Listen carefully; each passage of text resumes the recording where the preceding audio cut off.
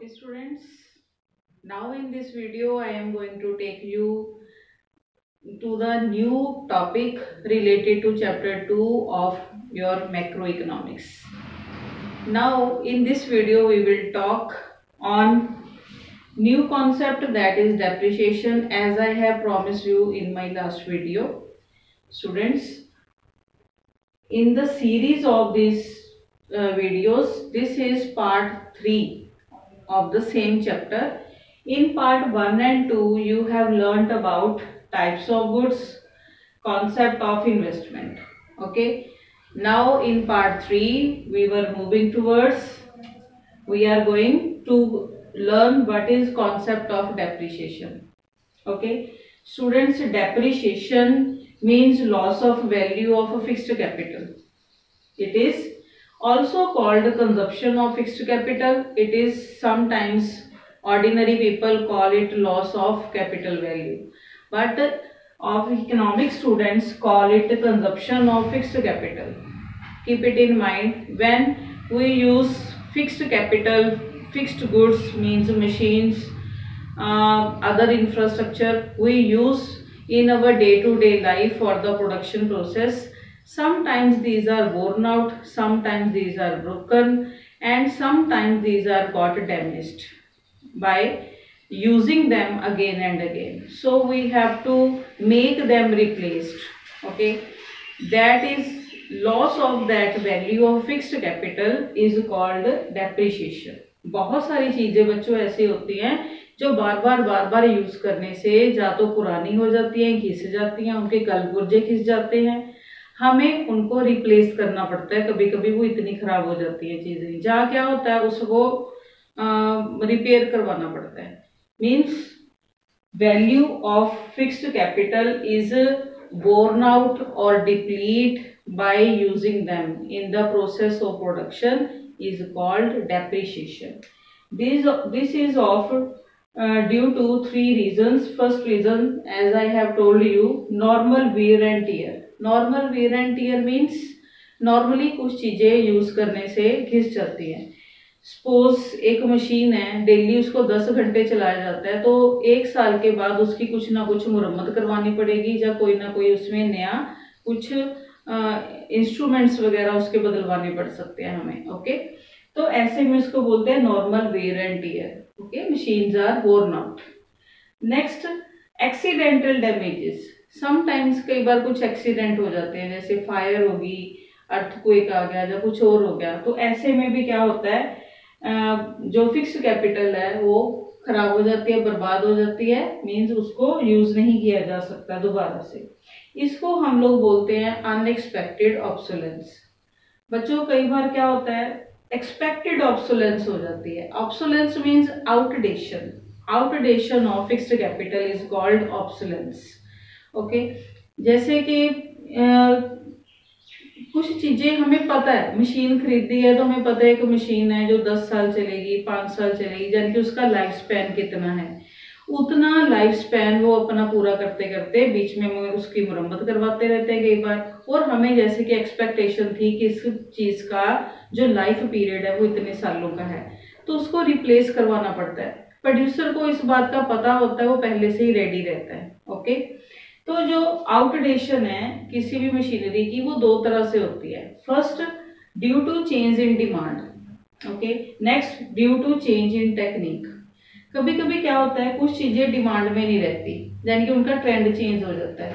जैसे कि पहले रबड़ शूज पहने जाते थे, but now those shoes are replaced in leather shoes और any other type of material shoes we usually wear. Okay, वो वाले रबड़ वाले जूते आजकल कम पहने जाते हैं। ऐसे जैसे बुश रेडियोज हैं, now those are not in demand, so not can be seen in market anywhere. तो ऐसे में कई चीजों की डिमांड ना होने से भी वो आउटडेट हो जाती हैं, आउटडेटेड हो जाती हैं चीजें। उस टाइप की मशीनरी को, फिक्स्ड कैपिटल को हम लोग डेप्रिशिएट मानते हैं।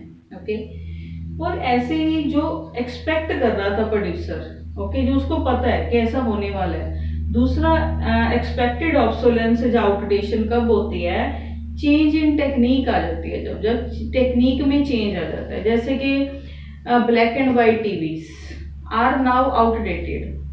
We haven't seen anywhere of black and white TV in any of our households. आजकल वो देखने को नहीं मिलते हैं। ऐसे बहुत सारी और चीजें हैं जो मार्केट में आजकल देखने को नहीं मिलती, जबकि पहले वो प्रचलन में थी बहुत ज्यादा। जैसे एलईडी एलसीडी थी, जैसे आजकल वो एलईडी बन गया। ऐसे ही कुछ और चीजें हैं, टेक्निक चेंज होने से वो बदल जाती हैं। जैसे नोकिया 1100 मोबाइल बहुत ज़्यादा यूज़ किया जाता था कंज्यूमर्स के द्वारा, but now students it is outdated. Now we use new tech mobiles and other things. Okay, तो ऐसी एक्सपेक्टेशन की उम्मीद हमेशा ही प्रोड्यूसर लगा के चलता है। उसको पता है कि आज मैंने मशीन खरीदी है तो कभी कभी डिमांड में नहीं रहेगी उससे बनी हुई चीज़ें, जहाँ उसकी टेक्निक चेंज हो जाएगी। जैसे कोई नया मोबाइल आता है, कोई नई हाई टेक मोबाइल आता है, तो हम तुरंत वो लेने को भागते हैं। ओके, तो ऐसे पुरानी वो चीजें हैं जो चली जाती है, खत्म हो जाती है। तो ऐसे में भी जो फिक्स्ड कैपिटल है वो डेप्रिशिएट हो जाती है। इसके लिए स्टूडेंट्स प्रोड्यूसर पहले से ही रेडी रहता है। Okay, how to compensate such type of losses when a producer has expected obsolescence and normal wear and tear. Students, always producer has prepared a depreciation reserve fund. उसके पास हमेशा से depreciation reserve fund होता है। अब depreciation reserve fund क्या है? It is a fund which helps a producer to compensate such type of obsolescences expected and normal wear and tear. Okay, replacement करवानी है मशीन की तब भी वो तैयार है, अगर टेक्निक में कोई चेंज लेके आनी है तब भी वो रेडी है। तो ऐसा किस वजह से पॉसिबल होता है? ड्यू टू रिजर्व फंड, जो डेप्रिसिएशन रिजर्व फंड उसके पास बना है। अब डेप्रिसिएशन रिजर्व फंड एक प्रोड्यूसर कैसे बनाता है?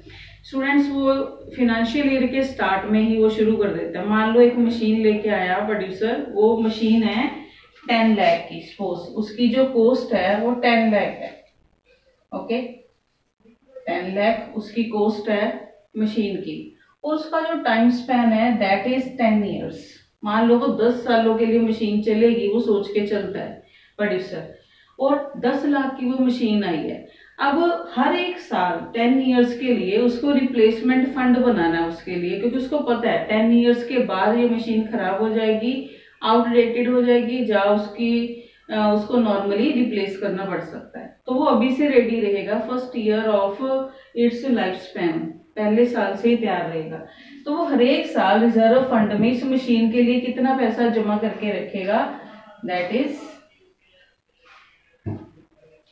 ओके 1 लाख रुपया वो हर साल इस मशीन के लिए जमा करके रखेगा, ताकि 10 लाख की वो मशीन 10 सालों बाद दोबारा से रिप्लेस कर सके।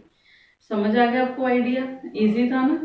अब इसके बाद चलते हैं, कभी कभी एक्सपेक्टेड ऑब्सोलेंस का तो पता होता है कंज्यूमर को, प्रोड्यूसर को, but sometimes he don't have any idea of unexpected losses. Unexpected obsolescence भी हो जाती है कभी कभी, that is called capital loss. उसको क्या बोला जाता है? Capital loss, not depreciation. We call it capital loss when there happens unexpected obsolescence. Unexpectedly अगर उसका फिक्स्ड कैपिटल का लॉस होता है प्रोड्यूसर का, तो उसको कैपिटल लॉस ही बोला जाता है, डेप्रिसिएशन नहीं बोला जाता। ये याद रखना है बेटा आपने। ओके, तो कैपिटल लॉस है जो भी, इसको कंपनसेट कैसे कर सकता है producer? Not due to depreciation reserve fund, इसके साथ नहीं कर सकता क्योंकि उसको तो एक्सपेक्टेशन ही नहीं थी। तो ऐसे में वो इंश्योरेंस करवाई होती है जो भी उसने, जनरल इंश्योरेंस जो भी होगी उसकी, इस वजह से वो उसको कंपनसेट कर सकता है थोड़ा बहुत। ये कैसे हो जाती है स्टूडेंट्स? कैपिटल लॉस या अनएक्सपेक्टेड कैपिटल लॉस कैसे होता है स्टूडेंट्स? बहुत टाइम तक अर्थक्वेक्स आ सकता है ना, ऐसी कोई नेचुरल कैलामिटी आ सकती है, फ्लड्स आ सकते हैं, अर्थक्वेक जैसे मैंने बोला, जैसे कोरोना अटैक हुआ है ना, तो भी बहुत सारी ऐसे जो कैपिटल है नॉट बीइंग यूज्ड, आजकल वो यूज नहीं हो रही तो मशीनें खराब हो रही होंगी।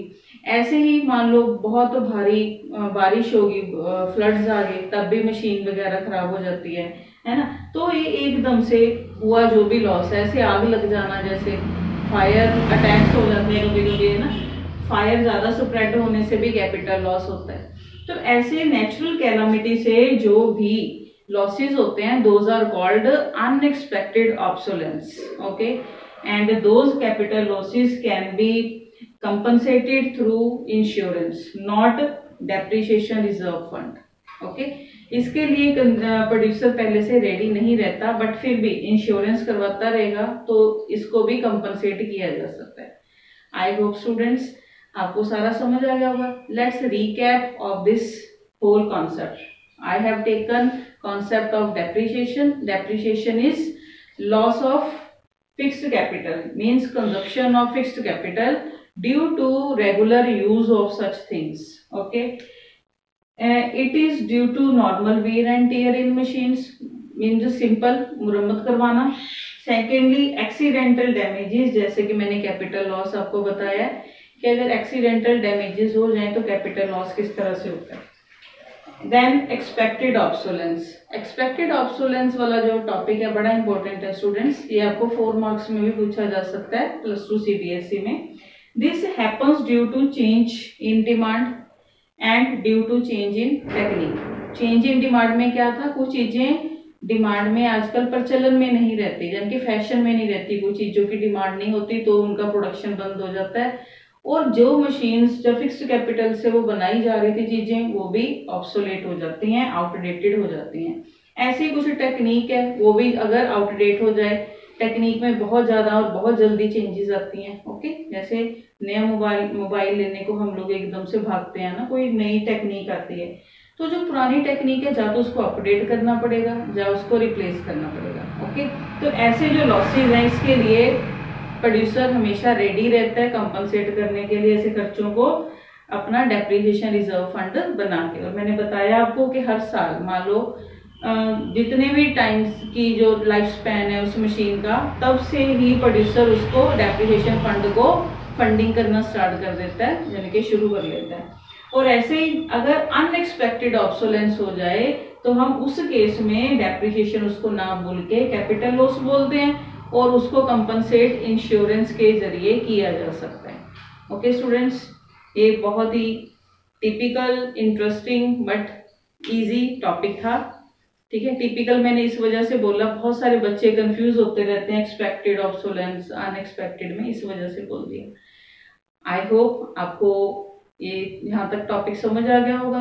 मैं अब नेक्स्ट वीडियो में लेने वाली हूँ इसी चैप्टर का 4th पार्ट, ओके। बहुत इंटरेस्टिंग है, that is on stock and flow concept, okay.